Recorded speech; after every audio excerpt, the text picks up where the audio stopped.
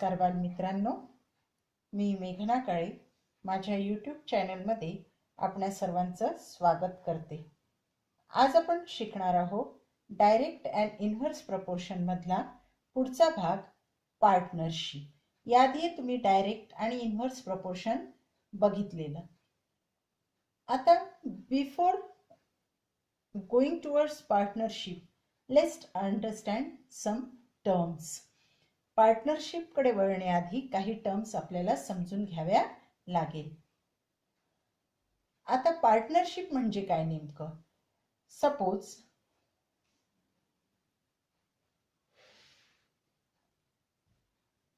when starting a business enterprise, money is required for an office, raw materials, etc.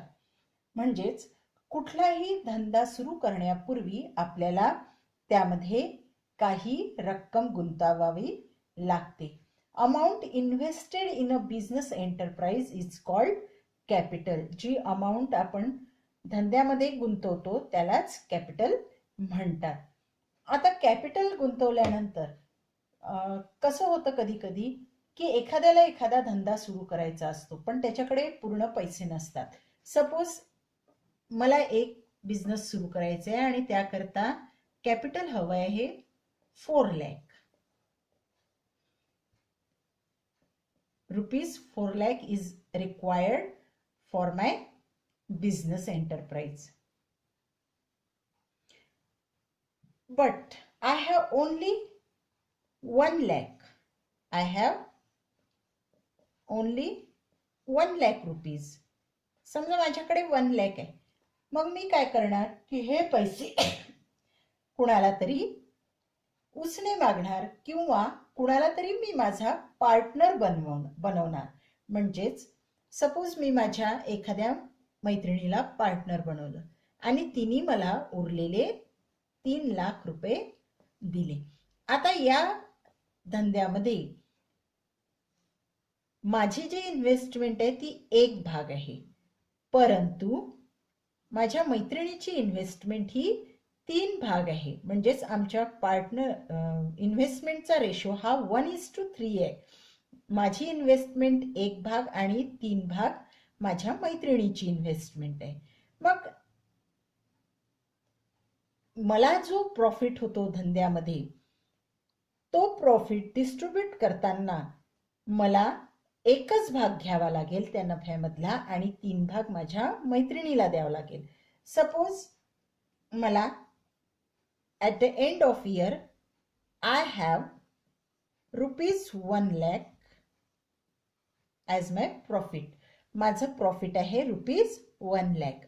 I have ₹1 lakh in terms of profit. मग आता हे 1 लाख हा जो profit झालाय तो वाटताना मला याचा एकच भाग प्रॉफिट घ्यावा लागेल. म्हणजे मला ₹25,000 हा एकच भाग प्रॉफिट मला मिळेल आणि ₹75,000 म्हणजेच 3 भाग प्रॉफिट माझ्या मैत्रिणीला मिळेल. And this is what the partnership is. यालाच आपण पार्टनरशिप म्हणतो.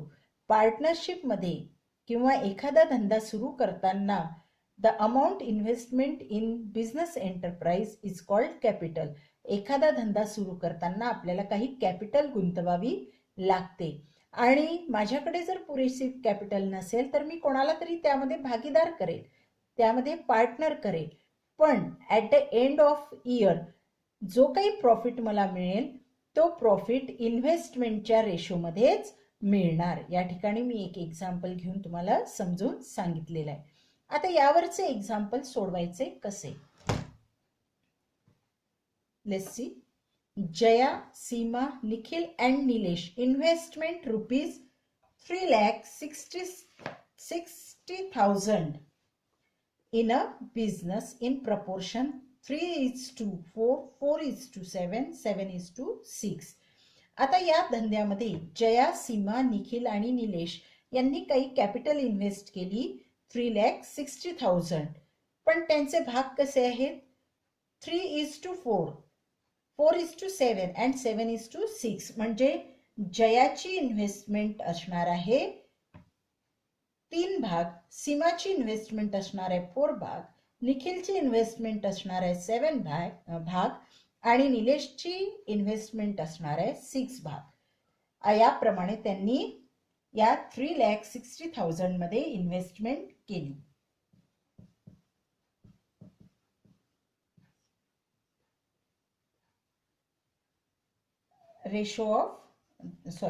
the proportion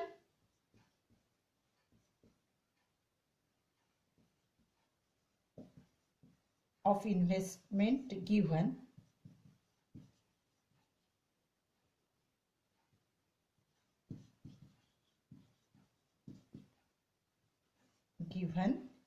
is 3:4, 4:7 and 7:6, and total investment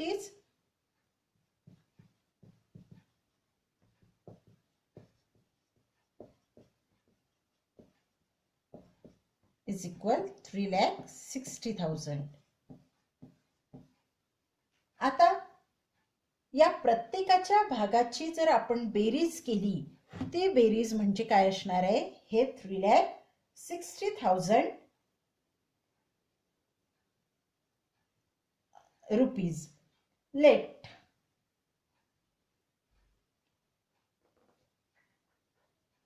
the investment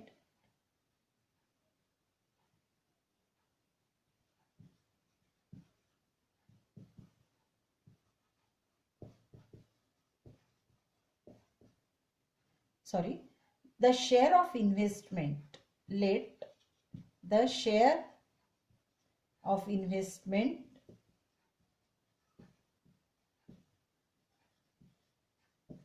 be X. Therefore, मग आता प्रत्येकाचा शेअर काय आहे, जयाचा शेअर आहे 3 पार्ट. मग आता आपण सध्या घेतोय इन्व्हेस्टमेंट चा शेअर X घेतोय, म्हणजे जयाची इन्व्हेस्टमेंट किती असणार आहे 3x. त्यानंतर सीमाची इन्व्हेस्टमेंट आहे 4 पार्ट, म्हणजे सीमाची इन्व्हेस्टमेंट असणार आहे 4x, निखिलची इन्व्हेस्टमेंट असणार आहे 6x आणि 7x आणि निलेशची इन्व्हेस्टमेंट असणार आहे 6x. आता या सगळ्यांची टोटल इन्व्हेस्टमेंट दिलेली आहे 3,60,000.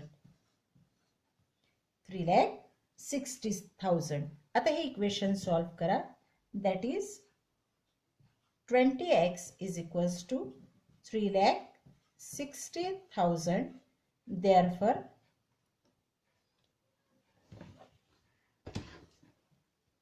x is equals to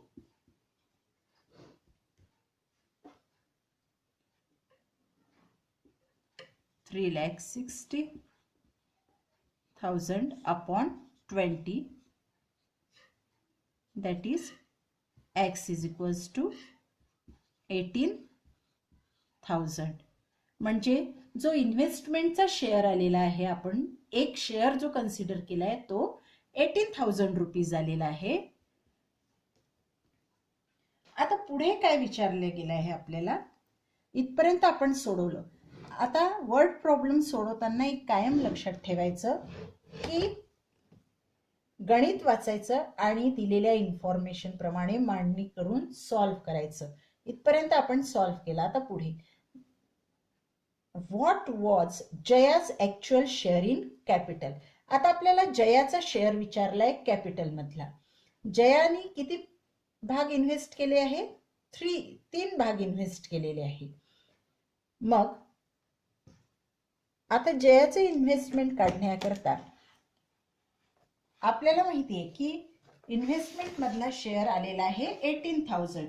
therefore Jaya's investment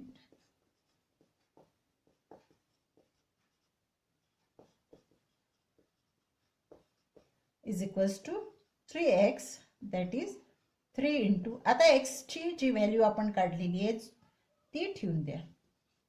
that is ₹54,000.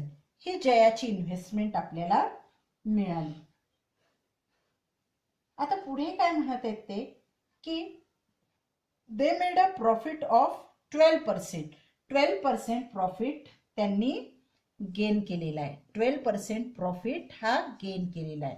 आता हा जो 12% प्रॉफिट गेन झालेला आहे तो टोटल इन्व्हेस्टमेंटवर झालेला आहे आणि टोटल इन्व्हेस्टमेंट आपली आहे ₹3,60,000. आता इथे एक कायम लक्षात ठेवायचं की जो काही प्रॉफिट होतो आहे तो प्रॉफिट हा नेहमी इन्व्हेस्टमेंटवर होणार आहे. So therefore profit is equals to, आता ॲक्च्युअल प्रॉफिट आपण इन्व्हेस्टमेंटवरचा काढूया. 12/100 into 3,60,000 that is equals to 43,000 rupees, 43,200. आता 43,200 हा आपल्याला या टोटल इन्व्हेस्टमेंटवरचा प्रॉफिट मिळाला आहे. परंतु पुढे काय विचारलं जात आहे, how much profit did Nikhil made. आता आपल्याला फक्त निखिलचा प्रॉफिट काढायचा आहे. आता माहिती आहे आपल्याला की टोटल शेअर किती आहे, टोटल शेअर इन्व्हेस्टमेंटचे आहे 20x. आपण इथे सोडवलं, सॉल्व्ह केलं, प्रत्येकाच्या इन्व्हेस्टमेंटची बेरीज करून मिळवलेले हे इथे तुम्ही बघू शकता. आता टोटल शेअर 20x आहे, ज्यापैकी निखिलचे शेअर आहे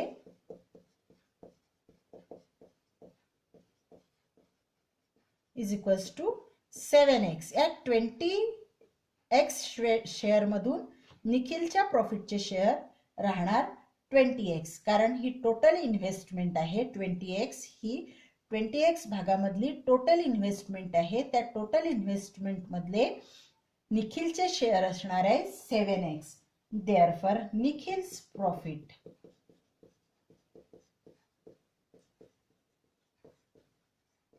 इज इक्वल, आता टोटल इन्व्हेस्टमेंटचे शेअर आहेत 20x, त्यापैकी निखिलचे आहे 7x. आता हे जे शेअर आहे आपल्याला प्रॉफिट काढायचा आहे निखिलचा, म्हणून आपण याला हे शेअर काढणार आहोत टोटल प्रॉफिट मधून. कारण आपल्याला आता इन्व्हेस्टमेंटचा विचार नाही करायचा आहे, आपल्याला आता प्रॉफिटचा विचार करायचा आहे. म्हणून आपण प्रॉफिटचे मधला शेअर काढणार. दॅट इज इक्वल्स टू, या ठिकाणी आपण हे मल्टिप्लिकेशन 7 इंटू 4,320/2 हे सॉल्व्ह केल्यानंतर आपल्याला मिळणार आहे ₹15,120. Therefore Nikhil's share in the profit is ₹15,120. यानंतर आपल्याला जे काही विचारलं होतं ते आन्सरमध्ये लिहायचं. देअरफॉर आपल्याला विचारलं होतं Jaya's investment. Therefore Jaya's investment is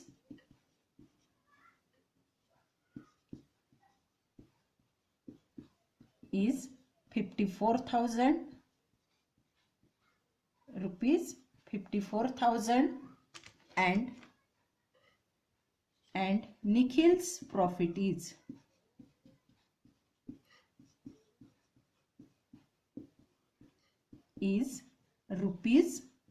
₹15,120. याप्रमाणे आपल्याला शेवटी जे आन्सर विचारलं आहे ते आन्सर व्यवस्थित शब्दामध्ये लिहायचं आहे. या ठिकाणी तुम्ही पार्टनरशिप वर असे गणित सॉल्व्ह करू शकता. त्यामध्ये काहीच नाही, फक्त लक्षात काय घ्यायचंय की इन्व्हेस्टमेंट किती आहे आणि प्रत्येकाचं प्रपोर्शन किती आहे. इन्व्हेस्टमेंटचं प्रपोर्शन ऍड करून तुम्ही पुढचे गणित सॉल्व्ह करू शकता. थँक्यू.